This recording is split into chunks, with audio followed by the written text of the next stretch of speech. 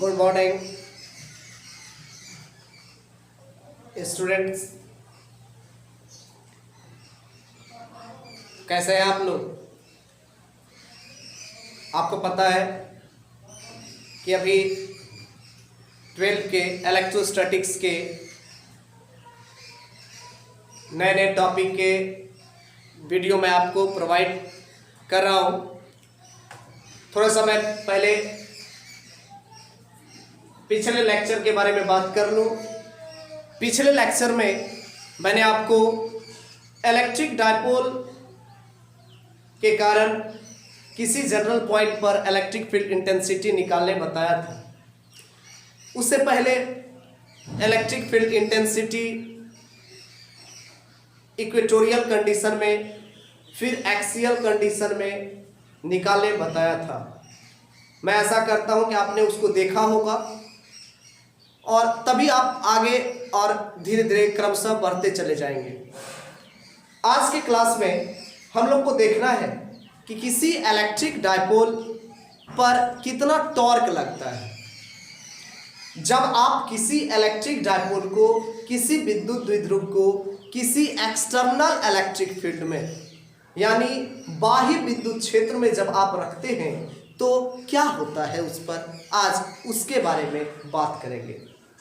मन में ख्याल आता होगा कि द्विध्रुव तो अपना खुद का विद्युत क्षेत्र बनाता ही है। बिल्कुल सही बात है कि द्विध्रुव अपना खुद का विद्युत क्षेत्र बनाता है, लेकिन जब आप उसको किसी दूसरे विद्युत क्षेत्र में लेकर जाएंगे तो उस पर क्या प्रभाव पड़ेगा, क्या उस पर बल लगेगा, क्या वह गति करेगा, क्या होगा उस पर। तो आज इस पर बात हम लोग करने वाले हैं। तो टॉपिक तो मेरा आज यही है और एक एक्सप्रेशन एग्जाम में पूछता है ये कभी कभी, तो इसको बहुत ही अच्छे समझिएगा और मैं इसको आसान तरीके से समझाऊंगा जिससे आपको प्रॉब्लम नहीं होगा। और अपने पास आप कॉपी और पेन लेकर बैठ जाइए कि जो टॉप पॉइंट नोट करने का होगा उसे आप नोट भी करते जाएं, जिससे आपको बाद में भी समझने में कोई तकलीफ ना हो और आप अच्छे से रिवीजन भी करते जाएं। तो moment of force on an electric dipole due to an external uniform electric field. हम लोग जो बात आज करेंगे वो करेंगे मोमेंट ऑफ फोर्स, जिसको आप टॉर्क भी बोलते हैं। क्या बोलते हैं उसको? टॉर्क। टॉर्क बल आघूर्ण, इसका हम लोग आज व्यंजक निकालेंगे। लेकिन सबसे पहले हम ये जानेंगे कि आप द्विध्रुव को जब विद्युत क्षेत्र की दिशा में रखते हैं तो क्या होता है। मान लीजिए ये कोई यूनिफॉर्म इलेक्ट्रिक फील्ड है। यूनिफॉर्म बोलने का मतलब हुआ एक समान विद्युत क्षेत्र, यानी जिस पर विद्युत क्षेत्र की तीव्रता की दिशा और उसका परिमाण सभी जगह समान होगा, वो यूनिफॉर्म इलेक्ट्रिक फील्ड होगा। और जहां पर विद्युत क्षेत्र की तीव्रता की दिशा और परिमाण अलग अलग हो जाएगा वो नॉन यूनिफॉर्म इलेक्ट्रिक फील्ड होता है। असमान विद्युत क्षेत्र और एक समान विद्युत क्षेत्र। क्लियर? यानी विद्युत क्षेत्र की तीव्रता की दिशा और परिमाण समान हो तो एक समान, और यदि भिन्न भिन्न दिशा और परिमाण भी भिन्न भिन्न हो जाए तो वह असमान विद्युत क्षेत्र होता है। तो मैंने एक यूनिफॉर्म इलेक्ट्रिक फील्ड, एक समान विद्युत क्षेत्र ई लिया। इस यूनिफॉर्म इलेक्ट्रिक फील्ड में मैंने एक डायपोल को ऐसे रखा।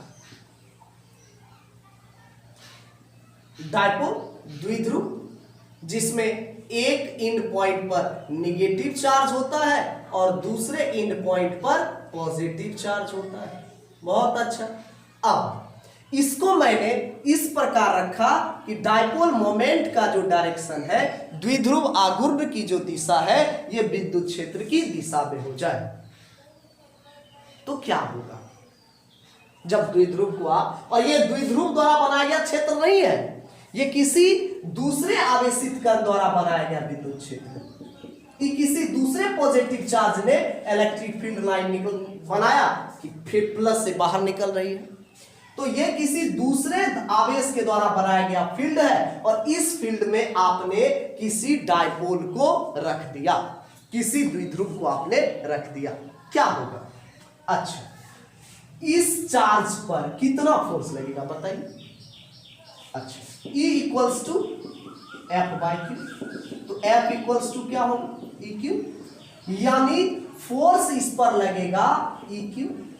बहुत अच्छा, इस पर भी चार्ज क्यू है तो इस पर भी फोर्स क्या लगेगा?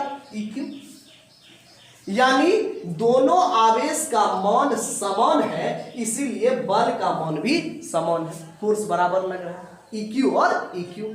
अब थोड़ा पिछले क्लास के लेक्चर को ध्यान में लाइएगा, यदि निगेटिव चार्ज होता है तो फोर्स का डायरेक्शन किधर होता है?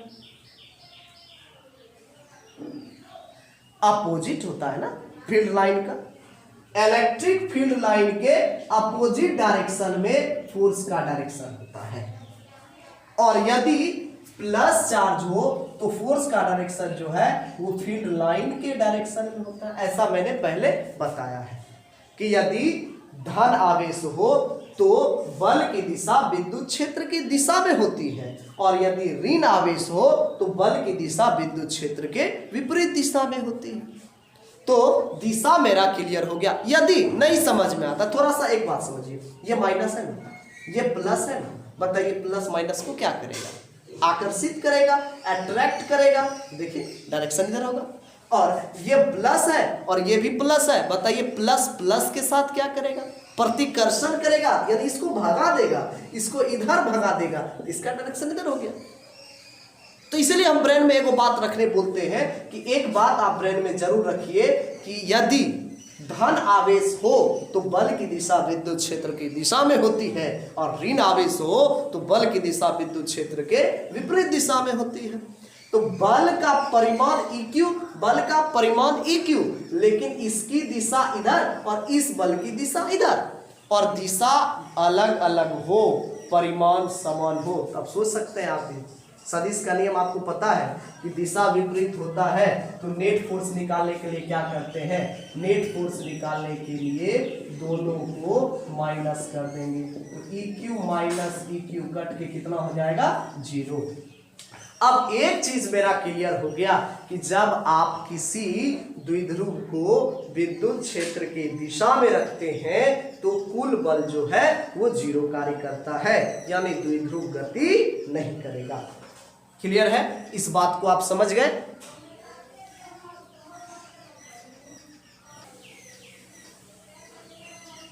मेरा क्लियर हो गया कि यदि विद्युत क्षेत्र की दिशा में द्विध्रुव को रखा जाए तो कुल बल कितना लगेगा? 0 लगेगा, और द्विध्रुव गति नहीं करेगा। तो when an electric dipole is placed in uniform electric field in the direction of field line, then their net force applied on dipole is 0. इस अवस्था को द्विध्रुव की साम्यावस्था बोलते हैं, और अस्थाई साम्यावस्था, स्टेबल इक्विलिब्रियम स्टेट। मैं अनस्टेबल इक्विलिब्रियम स्टेट को भी देखूंगा बाद में, लेकिन स्टेबल इक्विलिब्रियम स्टेट क्या हुआ कि अब ये गति नहीं करेगा, ये बिल्कुल स्थिर रहेगा द्विध्रुव विद्युत क्षेत्र में रखने पर। कब? जब उसको आप दिशा में रखिएगा। तो ये पॉइंट आपका क्लियर हो जाना चाहिए कि अस्थाई साम्यावस्था क्या है, कि जब द्विध्रुव को विद्युत क्षेत्र की दिशा में रखा जाता है तो उस पर कोई बल कार्य नहीं करता है और वह स्थिर रहता है, यानी संतुलन की अवस्था में द्विध्रुव रहता है। ठीक है। अब सर एक चीज क्लियर हो गया कि द्विध्रुव को आपने विद्युत क्षेत्र की दिशा में रखा तो बिल्कुल ये स्थिर हो गया, यानी आपने जब द्विध्रुव को विद्युत क्षेत्र की दिशा में रखा तो इसमें कोई हलचल नहीं होगी, यह बिल्कुल स्थिर रहेगा। लेकिन सर यदि हम इसको थोड़ा सा भी टेढ़ा कर दें, थोड़ा सा भी एंगल पर झुका दें तो क्या होगा सर? तो सर एक चीज तो क्लियर हो गया कि बल 0 है, बल 0 है तो इसमें त्वरण नहीं होगा, इसमें त्वरण नहीं होगा, यानी एक्सेलरेशन 0 होगा। F = ma, जब फोर्स 0 तो एक्सेलरेशन 0, और एक्सेलरेशन 0 तो यह मूव नहीं करेगा। और मूव क्या नहीं करेगा? Centre of mass, centre of mass move नहीं करेगा तो आपको दिखेगा बिल्कुल स्थिर। अच्छा, एक होता है चलना और एक होता है घूमना। आपके घर का पंखा चलता है कि घूमता है? घूमता है, चलता नहीं, घूमता है। उसमें क्या होता है, सेंटर ऑफ मास फिक्स्ड रहता है और पार्टिकल जो है अराउंड रिवॉल्व करता है, रोटेट करते रहता है, घूमते रहता है। तो द्विध्रुव में एक क्लियर है कि सेंटर ऑफ मास फिक्स होगा, और जब सेंटर ऑफ मास फिक्स्ड रहेगा तो यह चलेगा नहीं, इसमें कोई लीनियर मोशन नहीं होगा। मोशन होगा भी तो रोटेटरी मोशन होगा, घूमेगा। अब घूमता कैसे है, इस चीज को थोड़ा समझिएगा। कोई भी वस्तु कैसे घूमती है? सेंटर ऑफ मास फिक्स है, फिर भी वस्तु कैसे घूमती है? आपको पता होगा, घूमता तब है जब बल आघूर्ण उत्पन्न होता है, मोमेंट ऑफ फोर्स, टॉर्क जिसको बोलते हैं। टॉर्क कब उत्पन्न होता है? जब दो फोर्स लगे, दो बल लगे, विपरीत दिशा में लगे तो बल आघूर्ण उत्पन्न होगा। कितना बल? दो बल विपरीत दिशा में। जब दो फोर्स इक्वल अमाउंट का हो और अपोजिट डायरेक्शन में वर्क कर रहा हो तो उस पर बल का जोड़ा, यानी जोड़ा युग्म, बल युग्म उत्पन्न हुआ और बल आघूर्ण कार्य करने लगेगा और वस्तु घूमने लगता है। आप कोई भी वस्तु को घुमा के देखिए, मान लीजिए ये वस्तु को मैंने घुमाना चाहा, अब देखिए इसके इस पॉइंट ऑफ कांटेक्ट पर इधर फोर्स लगाया और इस पॉइंट ऑफ कांटेक्ट पर भी इधर ही फोर्स लगाया, बोलिए क्या ये घूमेगा? आपका जवाब आएगा कि नहीं। कब घूमेगा? एक इंड पॉइंट पर आगे की ओर फोर्स लगाया, दूसरे इंड पॉइंट पर पीछे की ओर फोर्स लगाया तो रोटेट कर जाएगा। तो घूमेगा कब? जब दो सेम अमाउंट का फोर्स लगे, जब दो समान परिमाण का बल लगे लेकिन विपरीत दिशा में लगे तो वह बल आघूर्ण पैदा करता है जिससे कि बॉडी घूमने लगता है। तो यहां भी वही चीज होगा। एक चीज क्लियर हुआ। अब सेकेंड चीज पर चलते हैं कि जब द्विध्रुव को विद्युत क्षेत्र की दिशा में ना रखकर कुछ कोण पर रखेंगे तो क्या होगा। तो जब द्विध्रुव को विद्युत क्षेत्र की दिशा में ना रखकर विद्युत क्षेत्र से कुछ कोण पर रखा था, पहली स्थिति में क्या रखा था? ऐसे रख दिया था द्विध्रुव को। इस बार क्या किया कि द्विध्रुव को ऐसे कर दिया। तो सेंटर ऑफ मास तो फिक्स है, सेंटर ऑफ मास फिक्स्ड है, तो यह एक्सेलरेट नहीं होगा, यह गति नहीं करेगा, इस टाइप से है। तो क्या होगा? तो देखिए इस इंड पॉइंट पर फोर्स लग रहा है QE।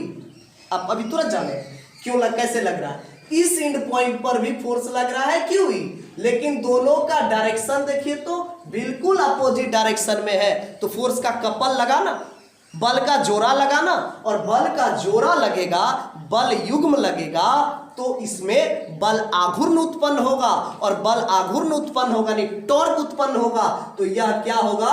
घूमकर फिर फोर्स लाइन के, फील्ड लाइन के डायरेक्शन में आ जाएगा। यानी यदि आप विद्युत क्षेत्र को, विद्युत द्विध्रुव को ऐसे रख दिया तो कुछ नहीं, तुरंत ही विद्युत क्षेत्र की दिशा में आ जाएगा। यानी सेंटर ऑफ मास फिक्स रहेगा और यह जो है यह विद्युत क्षेत्र में रोटेट करेगा या विद्युत क्षेत्र में घूमेगा। क्लियर है?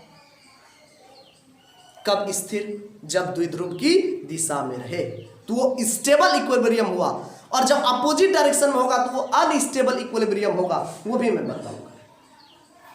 लेकिन एक चीज क्लियर हो जाए, स्टेबल इक्विलिब्रियम, अस्थाई समयावस्था, जब द्विध्रुव विद्युत क्षेत्र की दिशा में रहे तो उसमें कोई गति नहीं, कोई हलचल नहीं, कोई कभी भी वो नहीं घूमेगा। लेकिन घूमेगा कब? जब उसको आप कुछ एंगल से घुमाए तो वह घूम के आ किधर जाएगा? द्विध्रुव की दिशा में। ऐसे रखो, द्विध्रुव की दिशा में आ जाएगा, ऐसे रखो, द्विध्रुव की दिशा में आ जाएगा, ऐसे रखो, द्विध्रुव की दिशा में आ जाएगा। यानी द्विध्रुव की दिशा में हमेशा द्विध्रुव आने का प्रयास करता है। क्यों? क्योंकि उस पर बल आघूर्ण लगता है, टॉर्क। तो अब हम देखेंगे कि बल आघूर्ण कितना लगता है, उसका क्या एक्सप्रेशन होगा। तो बल आघूर्ण का डेरिवेशन देखेंगे। तो आइए इस पॉइंट पर मोमेंट ऑफ फोर्स, यानी जिसको आप टॉर्क बोलते हैं, on an electric dipole due to an external uniform electric field. External मैंने पहले ही समझा दिया है, किसी बाह्य एक समान विद्युत क्षेत्र के कारण द्विध्रुव पर लगने वाला बल आघूर्ण यानी टॉर्क, जिसको डिनोटिंग लेटर होता है टाउ। क्या होता है? टाउ। टॉर्क को टाउ से डिनोट करते हैं, तो टाउ का एक्सप्रेशन निकालेंगे हम। कभी कभी ऑब्जेक्टिव में भी पूछ देता है, तो बहुत ही आसान तरीका से मैं समझाऊंगा। पहले इसका लैंग्वेज देख लीजिए। लैंग्वेज तो फिगर से ही बन जाएगा। फिगर से क्या स्पष्ट है, देखिए, किसी एक समान विद्युत क्षेत्र ई में द्विध्रुव AB को रखा जाता है। कितना कोण से? थीटा कोण से। तो क्या बोलेंगे? माना किसी बाह्य एक समान विद्युत क्षेत्र ई में एक विद्युत द्विध्रुव को कितना कोण से? विद्युत क्षेत्र ई के साथ थीटा कोण बनाते हुए रखा गया है। क्लियर? द्विध्रुव के दोनों सिरे A और B पर -q और +q आवेश स्थित है।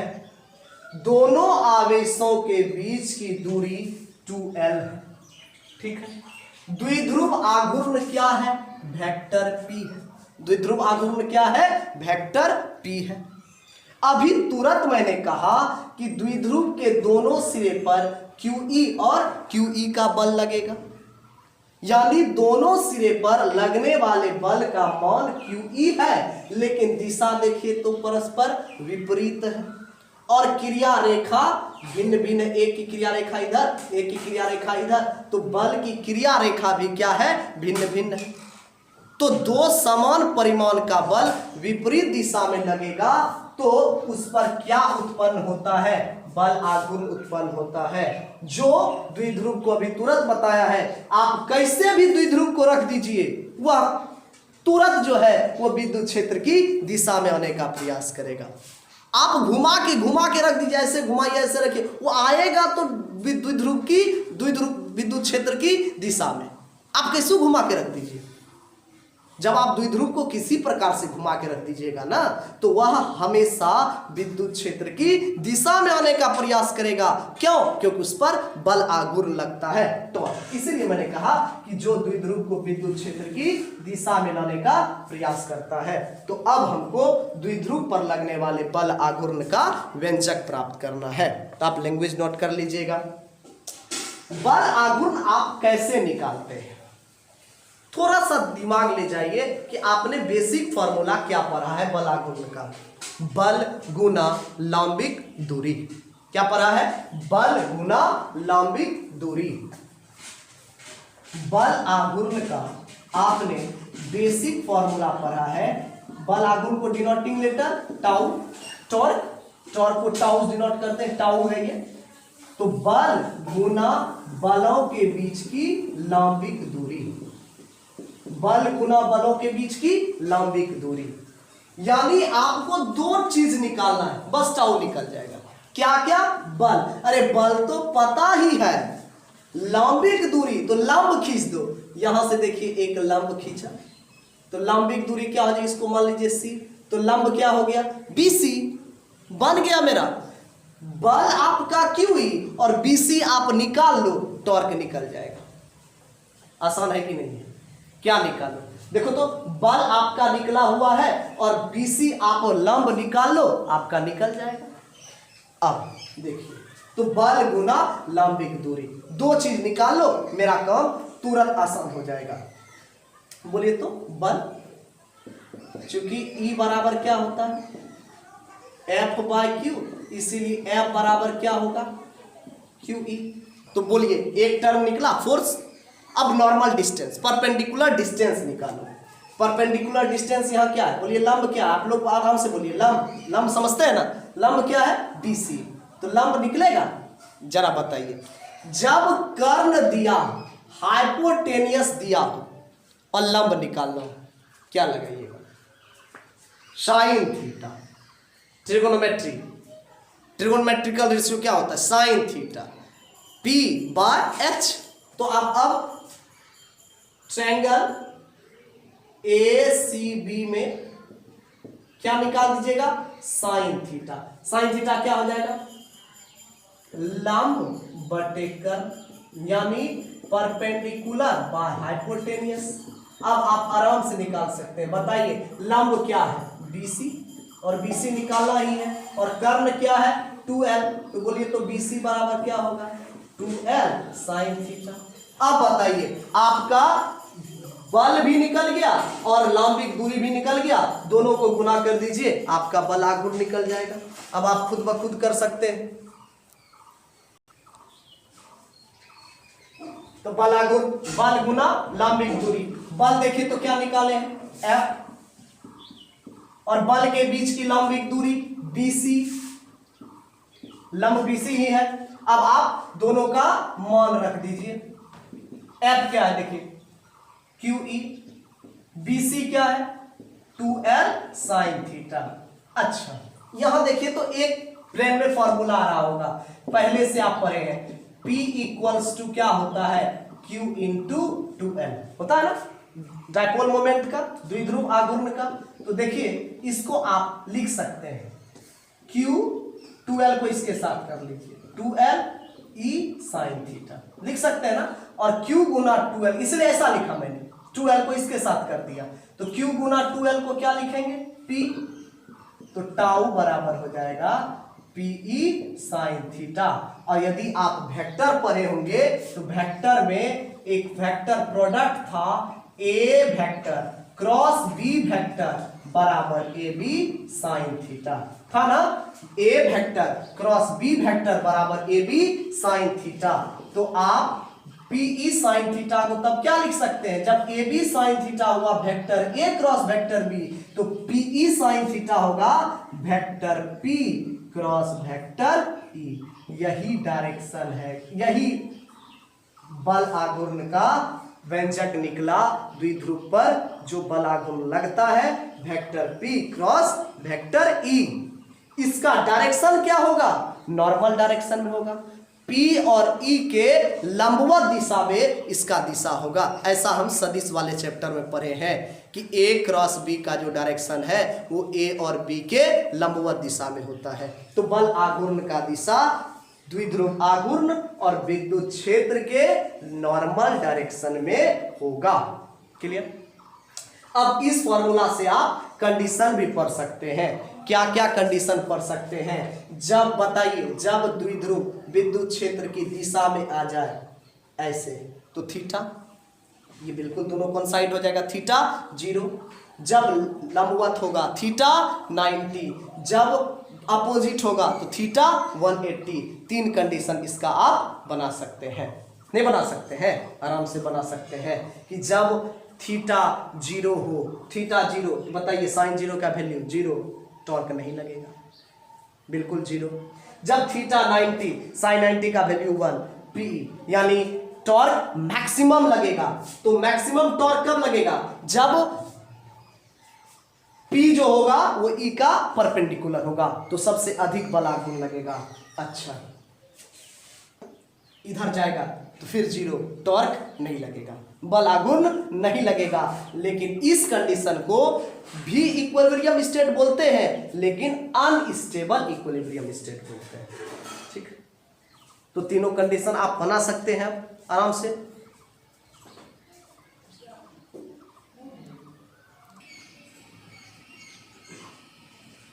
तो अभी आपने पढ़ा कि टाउ का एक फॉर्मूला पढ़ा PE साइन थीटा, यानी जब बाह्य विद्युत क्षेत्र में किसी द्विध्रुव को रखा जाएगा तो बल आघूर्ण जो है PE साइन थीटा होगा। अब हम ये देखेंगे कि द्विध्रुव पर लगने वाले बल आघूर्ण की स्थितियां क्या क्या होगी। अभी तुरंत मैंने समझाया था आपको बनाने के लिए कि सबसे पहले आप ये जानिए कि जब द्विध्रुव को विद्युत क्षेत्र की दिशा में रखेंगे, तो दिशा में रखेंगे तो क्या बताया था, थीटा 0। तो पहला कंडीशन है कि जब द्विध्रुव को विद्युत क्षेत्र की दिशा में रखा जाएगा तो थीटा क्या होगा 0, और थीटा 0 होगा तो साइन के जगह पे क्या रख दो 0, यानी थीटा सिर्फ चेंज हो रहा है कि जब दिशा में हुआ तो 0, लंबवत हुआ तो 90 और विपरीत हो गया तो 180। दिशा में हो तो 0, लंबवत हो जाए तो 90 और विपरीत हो जाए तो 180। समझ में आ गया होगा। तो बहुत ही आसान है। थीटा 0 तो साइन 0 का वैल्यू 0 तो टाउ 0, यानी इस स्थिति में बलाघूर्ण नहीं लगेगा और इसे अस्थाई साम्यावस्था कहा जाता है। स्टेबल इक्विलिब्रियम, क्या बोला जाता है इसको? स्टेबल इक्विलिब्रियम, अस्थाई साम्यावस्था। दूसरा कंडीशन, जब द्विध्रुव विद्युत क्षेत्र के लंबवत हो। जब लंबवत होगा तो 90, लंबवत होगा देखिए विद्युत क्षेत्र की दिशा ये और द्विध्रुव आघूर्ण की दिशा ये, तो लंबवत, और लंबवत होगा तो थीटा कितना 90 और साइन 90 का वैल्यू 1, साइन 0 0, साइन 90 1 और साइन 90 का वैल्यू 1, तो पीई गुना 1 पीई। यह स्थिति अधिकतम बल आघूर्ण का होगा। ठीक है। तीसरा कंडीशन मैंने कहा जब विपरीत हो जाए। देखिए माइनस चार्ज इधर दे दिया, प्लस चार्ज इधर दे दिया, माइनस से प्लस होता है द्विध्रुव आघूर्ण का दिशा। देखिए विपरीत दिशा में, क्योंकि विद्युत क्षेत्र रेखा की दिशा इधर है और द्विध्रुव आघूर्ण की दिशा इधर चली गई। तो जब दिशा विपरीत हो जाए तो थीटा 180 और थीटा 180, साइन 180 भी कितना होता है? 0। तो साइन 180 0, तो बल आघूर्ण नहीं लगेगा। लेकिन इस स्थिति को बोलते हैं साम्यावस्था का स्थिति है, संतुलन का स्थिति है, लेकिन इसको बोलते हैं अस्थायी साम्यावस्था, अनस्टेबल इक्विलिब्रियम। ये हुआ स्टेबल। स्टेबल इक्विलिब्रियम कब हुआ? जब एक ही दिशा में हो। अनस्टेबल इक्विलिब्रियम कब हुआ? जब अपोजिट डायरेक्शन में हो। क्लियर? यानी जब दिशा में हो और विपरीत दिशा में हो तो बल आघूर्ण नहीं लगता है और बाकी स्थिति में बल आघूर्ण लगता है और वह बल आघूर्ण उसको विद्युत क्षेत्र की दिशा में लाने का प्रयास करता है। क्लियर हो गया? मैं आशा करता हूं कि आप बेहतर सीख पाए होंगे और आप रिवीजन करते रहिए। मिलते हैं अगले वीडियो में, तब तक के लिए धन्यवाद।